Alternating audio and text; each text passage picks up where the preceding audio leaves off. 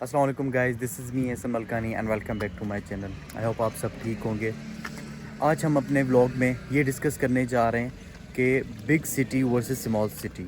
मेरे एक दोस्त है जिन्होंने यूनिवर्सिटी चेंज की है, फ्रैंकफर्ट से टू लिमगो वो आए हुए हैं। तो चलते हैं उनसे मिलते हैं और उससे कुछ सवालात करते हैं और पूछते हैं कि उसने क्यों यूनिवर्सिटी चेंज की और क्यों उसने सिटी चेंज किया। मिले हसन से। Hasan, welcome in my YouTube channel. Thank you bro.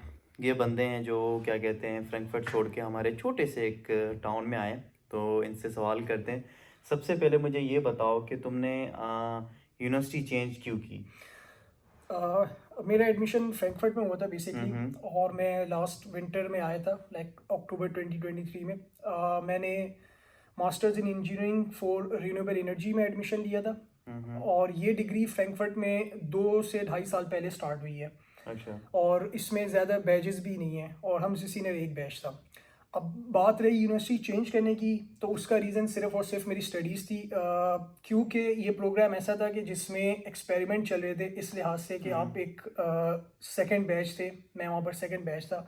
और वो लोग एक अपना पूरा प्रोसीजर, कोर्सेज, उसको डिफ़ाइन करने में, उसको एक्सपेरिमेंट करने में लगे हुए थे कि किस तरह जो है वो आगे आने वाले वक्त में इस डिग्री को मेंटेन किया जाए। इस लिहाज से उसमें हमारे पास टोटल 17 कोर्सेज थे और अराउंड 10 लैब्स थी।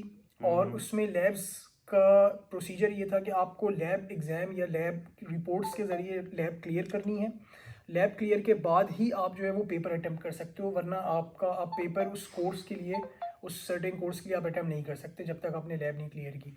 और इस डिग्री में जो कि मैंने मैप आउट किया, मुझे ऐसा लगा कि इस डिग्री को आप और जॉब के साथ या पार्ट टाइम जॉब के साथ कंटिन्यू करना आपके लिए बहुत मुश्किल होगा with in the time of 2 और 2.5 ईयर्स में ख़त्म करना डिग्री को। अच्छा अच्छा।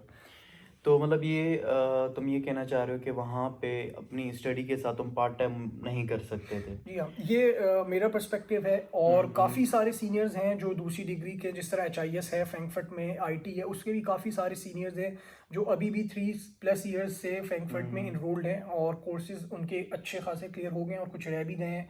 तो वहाँ पर एवरेज जो है वो डिग्री क्लियरेंस की आई थिंक 3 अबव ईयर्स है जो लगते हैं। अच्छा अच्छा। अच्छा अच्छा, चलो ये ठीक है, तुमने तो यूनिवर्सिटी चेंज की। लेकिन तुमने लिमगो क्यों चूज़ किया? तो काफ़ी और भी सिटी थे। तुम्हें पता है कि लिमगो एक छोटा सा सिटी है, यहाँ पे भी बहुत सारी फैसिलिटीज़ है, लेकिन तुमने ऐसा क्या देख के ये सिटी चूज़ की? बेसिकली मैंने जब मैं कोर्स सर्च आउट कर रहा था ये डिसाइड करने के बाद कि मैं यूनिवर्सिटी चेंज कर रहा हूँ, उस वक्त मैंने TH आउल को चेकआउट किया। और उस पर मैंने देखा कि एक IT की डिग्री यहाँ पर थोड़ी डिफरेंट है रिगार्डिंग द कोर्स कंटेंट। और ये डिग्री जो है बेसिकली एक हार्डवेयर ओरिएंटेड डिग्री है। यहाँ पर जो ज़्यादातर कोर्सेज हैं वो हार्डवेयर से रिलेटेड है, प्लस उसमें सॉफ्टवेयर का पार्ट भी है, लेकिन ये एक प्योरली सॉफ्टवेयर डिग्री नहीं है। और क्योंकि मेरा बैकग्राउंड इलेक्ट्रिकल से है, मैं इलेक्ट्रिकल इंजीनियर हूँ, तो मैंने सोचा कि यार this degree of IT should be beneficial for me, because इससे आपकी बहुत सारी डिफरेंट कैरियर पाथ्स खुल जाते हैं। जिससे आप प्रोजेक्ट मैनेजमेंट में जा सकते हो, आप डाटा साइंसेस की तरफ मूव हो सकते हो, आप एम्बेडेड की तरफ जा सकते हो। मैंने ये बेसिकली लेमको आने का मकसद ही ये था कि यूनिवर्सिटी मेरे लिए बहुत अच्छी रहेगी आगे। अच्छा अच्छा, आप मतलब ये बताएं कि क्या चीज़ टारगेट करनी चाहिए। फॉर सपोज आप यूनिवर्सिटी अप्लाई कर रहे हैं इन स्टार्टिंग, और you are now getting change your university, तो उसमें आपको क्या एक चीज़ फोकस रखनी चाहिए कि भाई ये चीज़ है लाजमी, ये देख के फिर हमें चेंज करना चाहिए। ऐसी क्या चीज़ है, ऐसा क्या मतलब कि तुम्हें पॉइंट आउट मिला चेंज, अगर जो चेंज करना चाह रहा है तो उसको ऐसा क्या देखना चाहिए तो वो बाद में चेंज कर सके।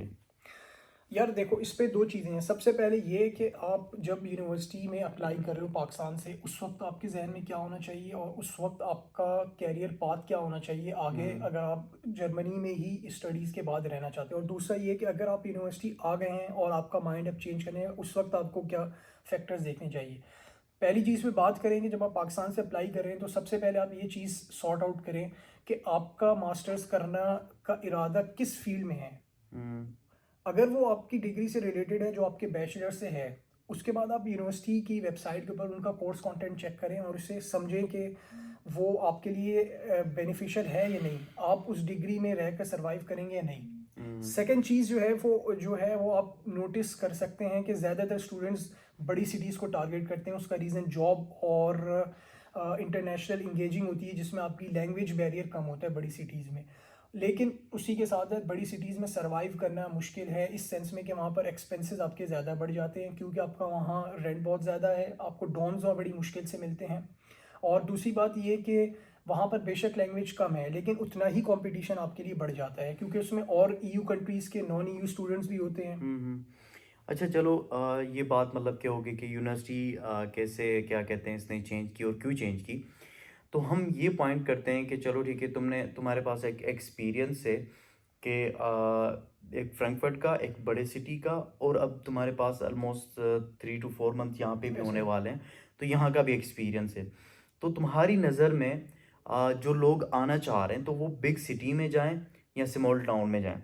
जैसे मैं बताऊं कि स्टार्टिंग में जैसे मेरी एडमिशन हुई थी, मैं यही सोच रहा था कि मतलब बिल्कुल भी काम की नहीं है, बिल्कुल छोटा सा सिटी है, मुझे नहीं जाना चाहिए। तो तुम्हारी क्या पॉइंट ऑफ व्यू होंगे सिटी बड़े और छोटे से? यार कि सबसे पहले ये कि मैंने तकरीबन 5-6 मंथ्स फ्रैंकफर्ट में गुजारे हैं और अराउंड 4 मंथ्स मुझे यहाँ हो गए हैं। तो मैंने चीज़ एक्सपीरियंस की है, मैं वो शेयर करता हूँ आपके साथ। बाकी जो स्टूडेंट्स यहाँ आना चाह रहे हैं, खुद अपना माइंड उस लिहाज से हमारे एक्सपीरियंस को देखते हुए बनाएं। मेरे हिसाब से ये है कि आपको ड्यूरिंग अपनी इनिशियल स्टडीज़, मतलब जब आप यहाँ पर मास्टर्स के लिए आ रहे हैं, तो आप मेरे हिसाब से छोटी सिटी मूव हो। उसका रीज़न ये है कि यहाँ पर जो है वो एक्सपेंसेस आपके कम हैं, आपको हम्म। डॉर्म्स जल्दी मिलने की आपकी वेटिंग लिस्ट कम होगी, आपको चांसेस होते हैं कि आपको डॉर्म्स जल्दी मिल जाएं। हम्म। मैं खुद अभी मुझे यहाँ पर आने के 2 महीने बाद ही डॉर्म ऑफ़र हो गया, जबकि फ्रैंकफर्ट पे मुझे 6 मंथ्स में डॉर्म ऑफ़र नहीं हुआ, और वहाँ पर वेटिंग लिस्ट अराउंड 18 मंथ्स तक भी जाती है।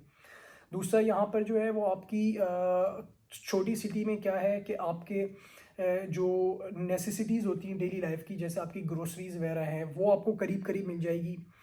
बड़ी सिटीज़ में थोड़ी ट्रैवलिंग ज़्यादा होती है, क्योंकि आपको आउटस्कर्ट्स में कभी रहना पड़ता है रेंट की हम्म। वजह से, तो ट्रैवलिंग उसमें बहुत ज़्यादा बढ़ जाती है। आप छोटी सिटी को टारगेट करें, आप अपना मास्टर्स बैचलर्स कंप्लीट करें, उसके बाद आप जो है वो बड़ी सिटी मूव हो सकते हैं बहुत ईजिली। हाँ, ये भी क्या कहते हैं एक पॉइंट अच्छा है यहाँ पे सिटी में। जब छोटा मतलब एक सिटी होता है, क्योंकि हमारे डोम भी बिल्कुल करीब ही है ऐसे ही। यूनिवर्सिटी से, हम कनेक्ट हैं अपनी यूनिवर्सिटी से। और जहाँ पे जो भी मतलब कि लोग रह रहे हैं अपने, नेशनल इंटरनेशनल जो भी, हम सारे मतलब कि एक दूसरे को जानते हैं।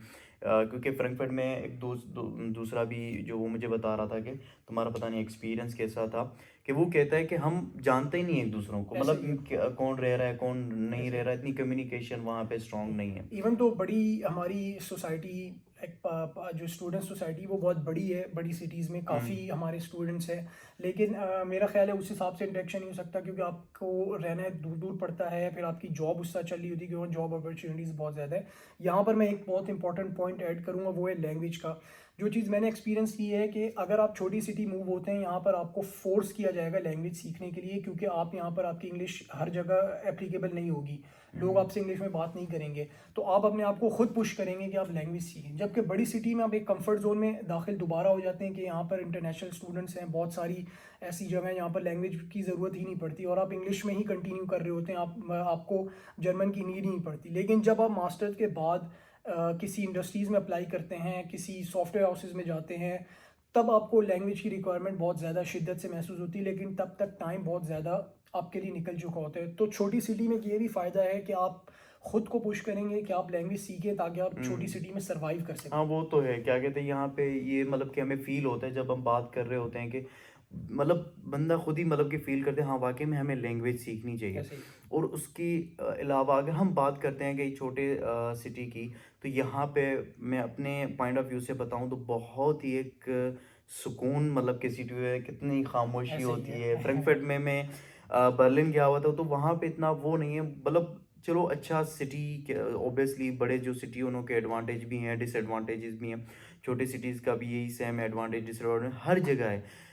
सब चीज़ें हमें एक जगह नहीं मिल सकती। ऐसा ही है। बड़ी सिटी आप कंसिडर करें, कंक्रीट जंगल है वहाँ पर, हम्म। आपको हसन बसल लगी हुई होगी, आपको लोग हर वक्त रात में भी बाहर नज़र आएंगे। हम्म। और जबकि छोटी सिटी में बहुत ज़्यादा सुकून है, पीसफुल इन्वायरमेंट है। आप हम्म। यहाँ पर अपनी स्टडीज़ में, अपने वर्क में इतना ज़्यादा फोकस कर सकते हैं, क्योंकि यहाँ पर कामनेस बहुत ज़्यादा है। इधर आपको शोर शराबा और वो ट्रैफिक सुनने को बहुत कम मिलेगा, तो ये एक बड़ा फ़ायदा है। और जॉब की बात अगर करते हैं तो छोटे सिटी में भी मिल जाती है। बहुत सारे हमारे जो क्या कहते हैं स्टूडेंट्स हैं जो यहाँ पे पढ़ भी रहे हैं और यहीं पे इसी सिटी में काम कर रहे हैं। दूसरी बात ये होती है कि जो लाइक 45 मिनट्स की मतलब की दूरी पे हमारा एक बेरीफिट सिटी पे, वहाँ पे भी स्टूडेंट जॉब करते हैं, तो इतना कोई बड़ा मसला नहीं है।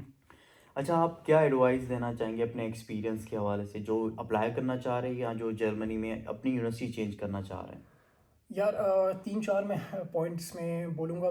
सबसे पहले ये कि जब आप पाकिस्तान में हो, आपका जो भी वीज़ा है या आपकी एप्लीकेशन है एडमिशन के लिए, वो इन प्रोसेस हो, तो आप लैंग्वेज स्टार्ट कर दें। एटलीस्ट पाकिस्तान से आप A2 या B1 लैंग्वेज करके आएँ, ताकि आपको यहाँ बहुत जल्दी अपनी फील्ड में ही जॉब मिल सके।